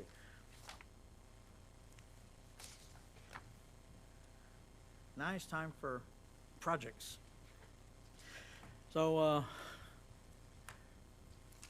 we've had turnover of commissioners since this was presented by the mayor back in September of 18. That was when that was actually my first meeting that I attended, and I voted in that day and became commissioner the following month. So, anyway, so what I have in here in this packet is the original projects as listed by the mayor, and then the following page is the action's been taken since we started, okay? So just kind of give you a heads up. And then at the end, we'll have an action plan about what we need to do forward. These are my thoughts going forward, which is up for negotiation, okay? So the 4 categories that we had for projects was infrastructure, health, and maintenance, governance and procedures, source and supply management, and strategic planning, okay? So for infrastructure was to work with the water manager, examine the infrastructure health, wells, pumps, lines, tanks, et cetera, all the infrastructure. Look at the maintenance inspections and testing that was done, you know, what equipment supplies, and look at historical analysis of the data. For us to provide oversight on the scheduling and budget, and then, you know, input findings into strategic planning. So Commissioner Harshberger and I took the lead on this particular topic, and our findings were there were no PM preventive maintenance procedures, no preventive maintenance schedule at the time. There was no documentation of any maintenance performed, no history, no data. So now the current state is we have a manual system that's been developed to do daily inspections, 6-month inspections, and annual preventive maintenance inspections. Again, this is a manual system. Next steps that's right now, and I have it broken down between the water department and the water commissioner. For the water department, it's to have those written preventive maintenance and safety procedures, because we didn't have any safety procedures either. And then enter our PM schedule into a work order system. Okay, the current work order system, and I'll let maybe Kat to explain what's in the works for that. Just a brief 1 sentence or 2 sentence. Sorry to put you on the spot. Currently, we are in the process of researching several different companies to see who we would like to go with. And we haven't decided on a company yet either, but we hope to have that done in the next 2 or 3 months. Okay. So basically, I think there's the work order system that we looked into had a limited time. You couldn't, it was only like a 1-year data, and you would lose it. So it didn't provide the history we wanted to for any inspection, to be able to document our history that well. So that's the idea for the new system, is to one that you can put in schedules and it goes out forever, you know? Okay. As far as for the Water Commission, next step is really to consult with the water manager on equipment upgrades. There's some thoughts that he's been going through this, has been finding inspections, we've been looking at what the conditions are. And also, it's really tied in with the water master plan, because the water master plan will take that into account, okay? But there's some thoughts here, and then that's input will be input into the budget process, things like that, so, and planning, but that's a crucial part of our infrastructure, I believe, okay? Any questions at this point? Okay, moving on to governance and procedures. And the first one was ordinances, operations, plans, fees, the leak adjustment standard and process. And we did come up with a leak adjustment process, and we discussed today about tuning that up a little bit more, making some changes, coming up with some, maybe what we should consider, not consider, what is excluded from here. So, so we'll have that as an action plan. Water rates. We went with the water rates, and you know, we first proposed them based on the study that Water Markets had done. And then later on, well, that was to do the water study. Let me go back to what this slide is really what the first task was, to do the water study and come up with a water rate structure. Okay, so here's what we've done so far. All the commissioners that were on the commission at that point were involved in different parts of this. Like I said, we developed the leak adjustment, and then we have the new water rates, okay, that were done. For education, it was the pamphlet we just discussed. And I put pending on there, but now it's done, okay? Next step is to do a complete review of ordinances 54, 61, and 159. There are 2 other ordinances that are really part of the Water Commission, but they involve the master plan. So that's separate, so I don't have them in here. And then we've been talking about doing this water conservation community education plan. We discussed this over several meetings in the past, that we need to do something. So I want to put this as a line item that we really need to work on this one. Okay. And then we said we're going to have an annual review of our water rates. And at the same time, we want to consider commercial rates for this next time. One thought is that we also need to document what we did. Commissioner Harshberger and I went through Water Markets spreadsheet, what data we input, but it needs to be dependent on a process, not individuals. Okay? So, any thoughts or questions here? So, to develop the water conservation community education plan, what does that look like? I don't know. I mean, we keep talking about how do we educate, you know, really share with them, with our clients, our customers, our residents, how to really conserve, you know, water. You know, so we don't have these 100,000 gallon bills and then people asking for, you know, really manage, how to manage that. We have a lot of resources that we can be all multiple. We had, well, let me go. No, I have, didn't we have Pat Harley make a presentation about where she works, Mhm. where she volunteers at, in the water, San Antonio Water Conservation or something like that. She had some educational pamphlets that she could share. I attended, rainwater harvesting class in the library here earlier this month that was, on how to harvest rainwater, how to put a collection system in, on that. And, he was a master gardener that made the presentation, and I talked to him afterwards, and he's willing to do another one if we need to. Okay. You know, things like that, you know, and, there's information available from there's a Texas Water Board or something that has conservation plans as well. Sure. We have a lot of information. So what do we want to share with our community? Do we want to, and it could be during one of our meetings. We could do different topics during our meetings like here, you know, where, and be sure the public knows. We could have special ones on weekends. Yeah. We could do online, you know, or just have pamphlets available or, you know, guides. It's all multiple things that Okay. it could be. That's why I I'm asked, not you know. restricting it to, I'm not, So are we gonna develop another subcommittee or two? oh, every one of these will have a enhance committee of two, yeah. this? Okay, so yeah. that's going forward. Yeah, in the action plan, yeah. So- That's my,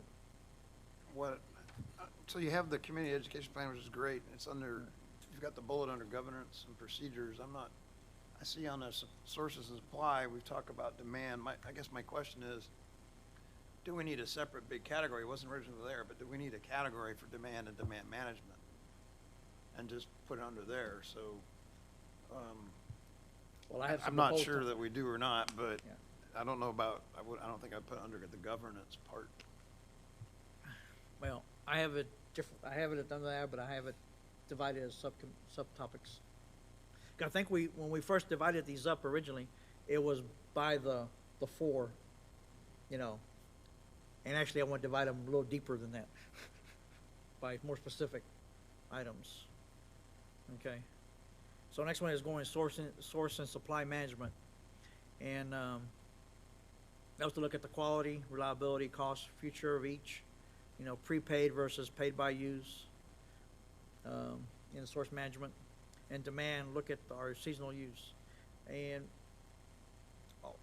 you know, this past year, basically what the water manager did was balance the usage of the Edwards and the Trinity to use as much of the Edwards without exceeding, because it was already prepaid, okay? And only use the Trinity to make up the difference. Is that the right way of doing it? I don't know. So that's why we have some more discussion here. We discussed maintain our current water leases, because we want to have that, you know, so that's something we might want to consider. As I said, next step is to revisit the source and demand. There's, understand, you know, I think when the Edwards started giving allotments, it was based on the size of the community and our history of usage. We don't know what the Trinity's gonna do. The Trinity could do the same thing later on. So we need to prepare for that. So, you know, we may want to balance it up, that we may need to use more Trinity and take the hit.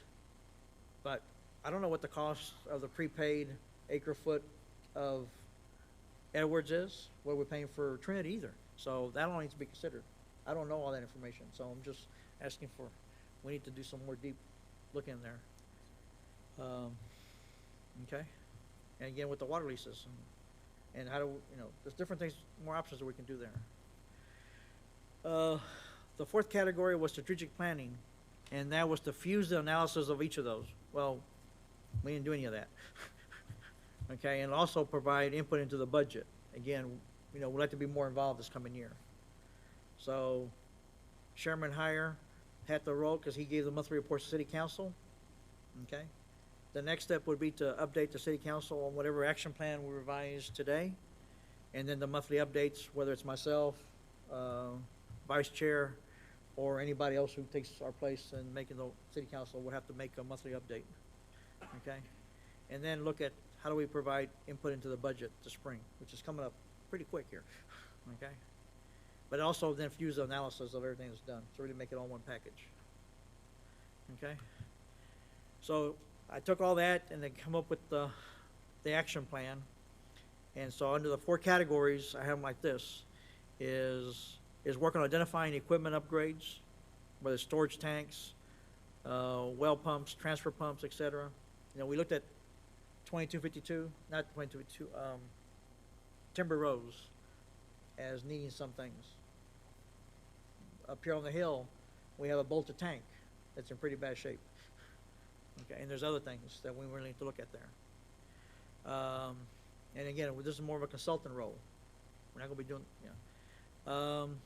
you know, in discussion about the water leaks, we talked about what flexibility we have with our meters. You know, right now, our meters are fixed. You have to go and read them. We can only read them once a month, and you have the laptop readings. We have no antenna bases or anything, so that's gonna be something else we wanna look at later. Now, I'm gonna put that on hold for now because, the water manager was not here to talk about the water meters today. And then provide input into the master plan, the water master plan, okay? Okay, under governance and procedures, I have the 3 procedures. Ordinance 54, which is the water company, basically. 61, which is the drought management plan. And 159, which is the landscape irrigation system, you know, ones. And then I have a separate item for doing the education plan. And then for water rates, is to document the process that we used last year. Somebody else different could be looking at investigating the commercial water rates. I really think we need to do something there. And then to do the review for 2021. And we have that one's already set, that we need to do it in October, present to City Council for the November meeting. Okay. For supply, source and supply, again, revisit the source and supply demand that was originally spelled out. Develop an effective and efficient management plan on how we're gonna use our water. And then periodic review of the water leases. And the last one is the, like we said, the strategic planning, update city council, input, budget input, in the spring, and then fuse analysis of everything together. Did you put the other one that I sent to you in here? Yeah, go ahead and put that one up, just so I have it on one sheet.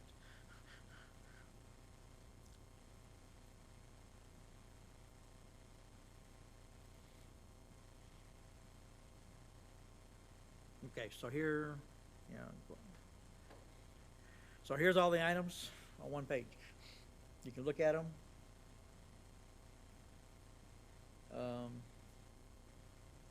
See if, which ones you would like to work on.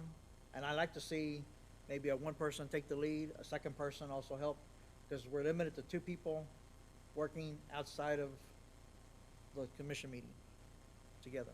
Just, anytime we can work outside, it's only 2 people. I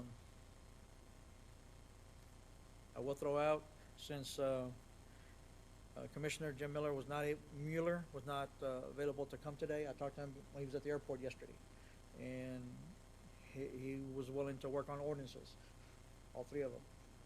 Okay. Are we doing this tonight? Yes, if we can, Okay. or as much as we can.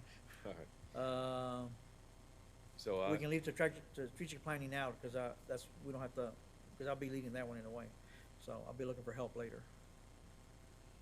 So the thing that struck out to me is ordinances as well. Okay. I was gonna throw my name in the hat for Okay, ordinances. that'd be great, okay, good. So you and Jim Mueller, pronounce them right, okay? I think source and supply management is an area where I have an interest. Okay, I think with your background, I think you'd do good on that one. So, so far we have, for the 3 ordinances, 54, 96, and 159, Commissioner Bullard and Commissioner Mueller. Okay, for source and supply, Commissioner Carmichael, you want all 3 items, or just see how? I think They're all connected. Yeah, I was just gonna say, I believe they all, it's hard to separate them, so. Okay. Yes. Anybody else willing to work with him on that? Well, I think the elephant in the room here is the water rates, and water view and all that stuff. Since you and I worked on that last time, We probably I ought will ask what your intent is, because I think one of us needs to keep doing it. So before I put my name on something else, I want Well, I think, to, because that was a monster. well, I think both of us need to work on documenting the process, okay? I can buy that one, that's fine. Okay. And at least one of us needs to review the water rates for 2021, or both of us, but at least one of us needs to. Now, the commercial rates, that could actually be somebody else can really investigate the commercial rates, and then input to whoever does the water rates. Because the commercial ones may take a little bit more work to go look at what other cities do, other, and how to blend that in. It's gonna be a little tougher, I think. So, So my thought, given that you said it, I would be willing to continue helping with the review process. okay, You and I, we're gonna have to document the process, and then I can continue to work on the water rates. But I would like to keep involved in the infrastructure, since I worked with you Okay. on that last time. So we can have at least a little continuity there. And that's probably gonna be more than I can chew right there. So I would volunteer, I mean, or to work with you or to lead. I really like the idea of the infrastructure as well. I think I could fit that category there because I don't even know what fuse analysis means, so I don't want to put my name down there. I'm game for the education plan as well. education plan, okay, so. Yes, sir.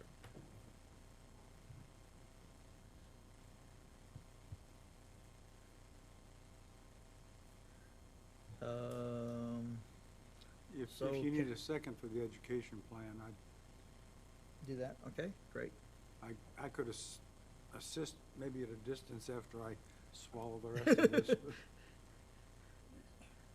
We still need a,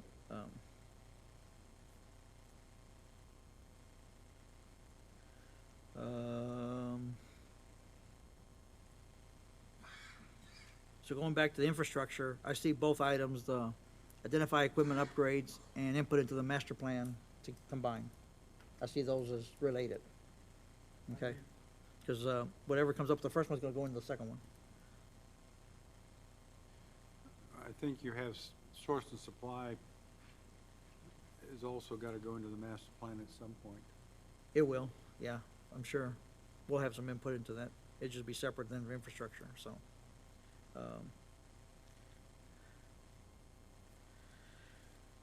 Uh,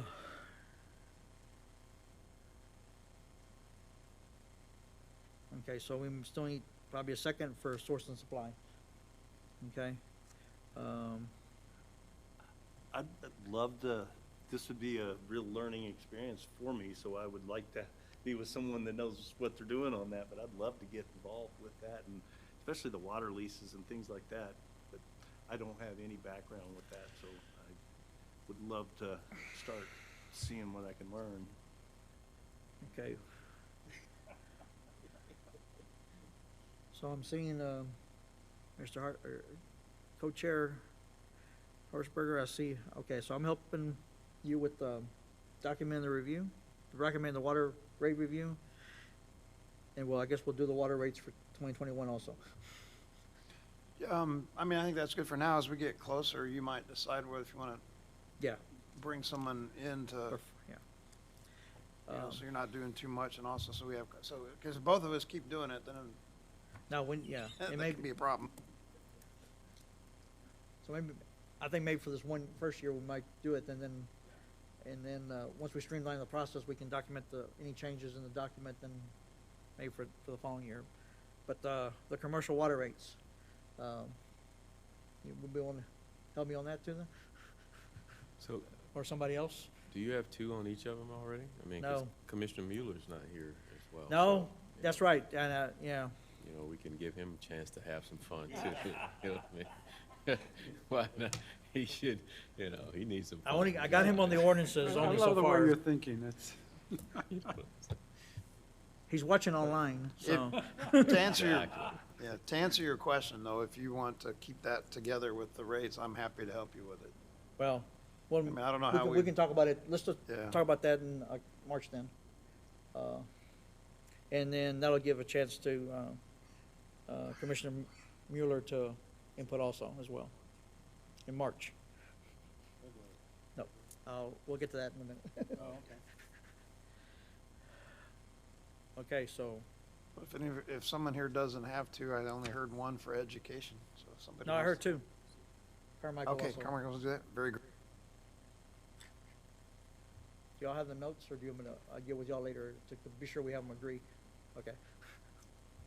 Okay, thank y'all, and we can also fine tune as we seen, because if we start need to set priorities of how we wanna get these.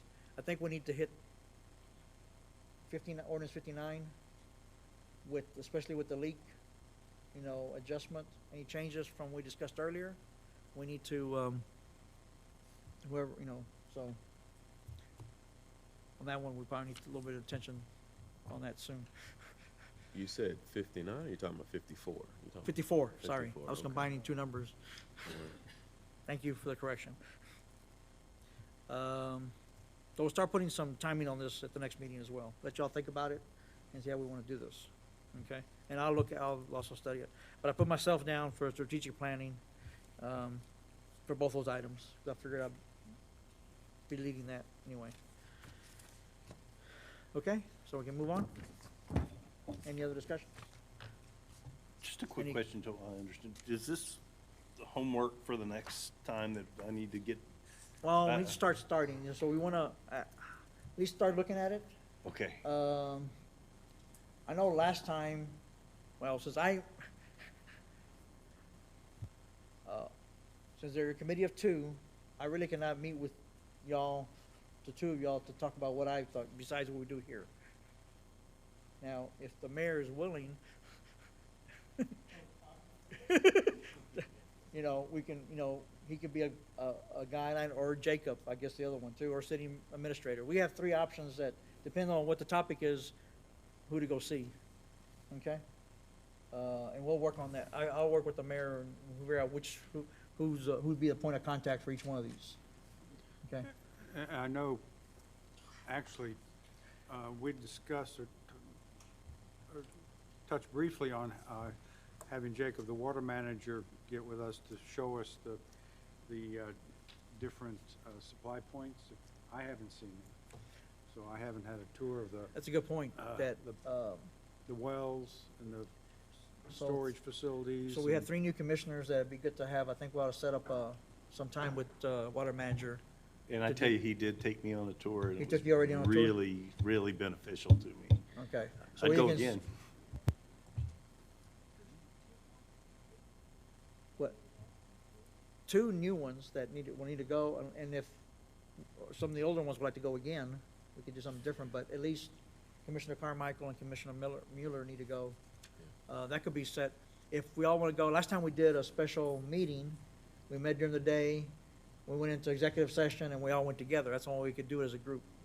Otherwise, we can only, 2 at a time can go. Again, same thing, same rule applies. So we could do 2 at a time. I can work with Mr. Parsons on that when he gets back, to work with you all to get scheduled something.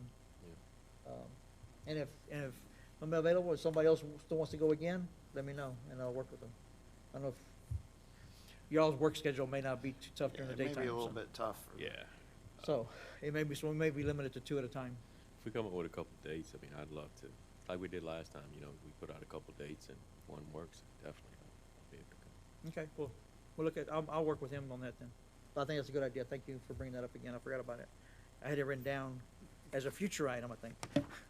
Yeah, I had it as a future item, so, okay? Okay, moving on to number 7, ordinance 210. Discuss and make recommendations related to application of ordinance provisions to commission members. Just want to remind everybody that, we got a new year under training and education section. The expectation is for each commissioner to attend 2 regular scheduled city council meetings. While the expectation is to attend 2 in person, I'd really like to encourage you all to watch the other ones online, but at least to attend 2 in person. I can watch them online, but it's a totally different by being here. And that's why the expectation is still to attend 2. So the records are here already. So you'll see, so it's a brand new year, and this is a calendar year. The other part on top, that's a rolling 12-month period, okay? So we only look at 12 months, so we're all still in good shape, I think, on this one, on that part. Again, I'd like to remind everybody, please notify Kat as soon as you know that you're not able to attend a meeting, okay? As soon as possible. So it works, it really works in the planning of this. Also want to bring up, since we have new commissioners, is, I want to talk about social media. And this falls under here, is, as a member of the Water Commission, you're a representative of the city of Garden Ridge. And so you should refrain from using social media, especially with respect to topics concerning the water department. Okay? Specifically on that. But I really suggest you avoid any topic concerning the city completely. Okay? Mr. Mayor or Ms. Kane, do you have anything to add to social media besides that? Or just keep that in mind, when doing that. Okay? Any other discussions on ordinance 210?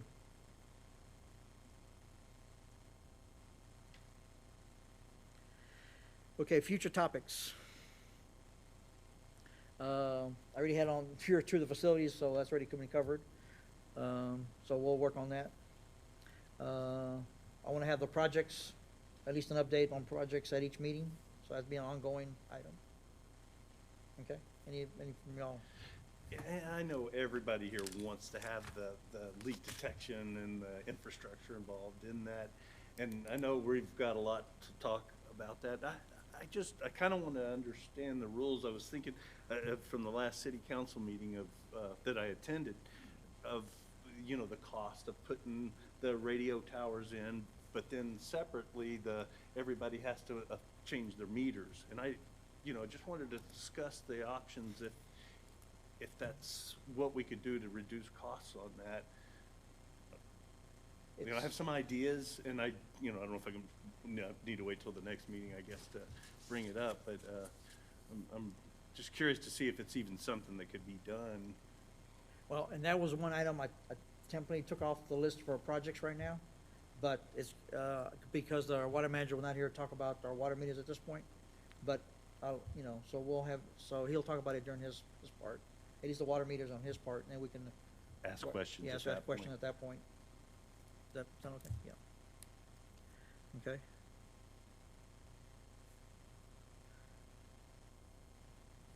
I don't know if this is the time, but under your pending future items, you had the new landscaping rates. That was a citizen input. Well, that's true. So I'm not sure I have the information to present it on their behalf, but it's still hanging out there as a pending. I don't know, we're coming into March. I don't know if it's time to start having that conversation. We'd need separate meters for that, wouldn't we? I mean, that's the way I'm seeing that. We'd have to have a meter separate from the domestic use inside the house. Well, at this point, we're only discussing the agenda. So the topic is to bring forward back that item that was, Rick, I forgot his name.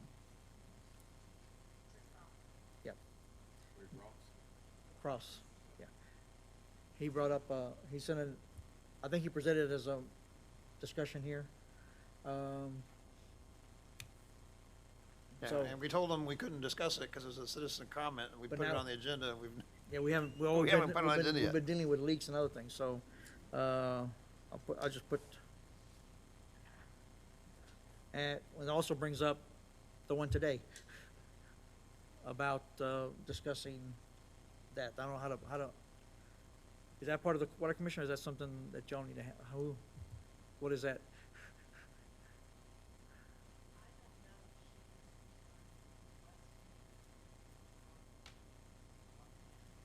Okay. So shall I leave it in y'all's hands first?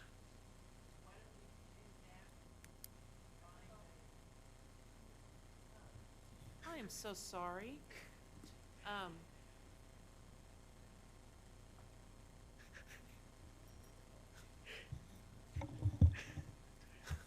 Okay.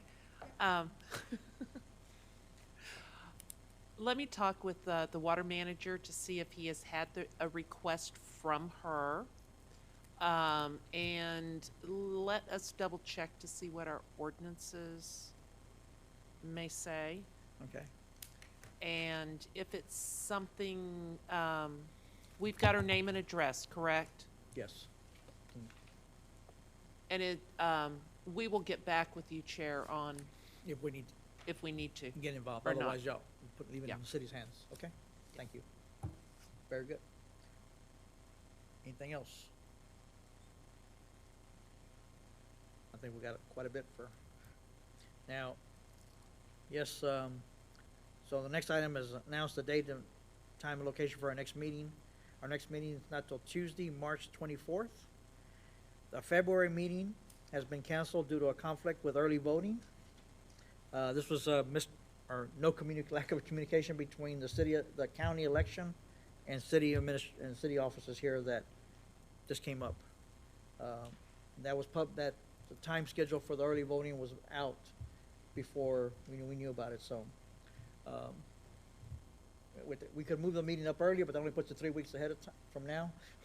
And we have to worry about still trying to get in and out of here with other things, so I made a decision to postpone, to cancel that meeting, go to March, okay? If we need to have something else, we can always schedule a special meeting. The only thing with a special meeting is require 5 instead, so, okay? Moving on to second citizen comment period. We have nobody in the audience, so I guess we can close that one real quick. So I'm looking for adjournment of the meeting then. Motion? I move to adjourn the meeting. Okay, Second? okay. All in favor to adjourn? Aye. Thank you. We adjourn the meeting at 8:02.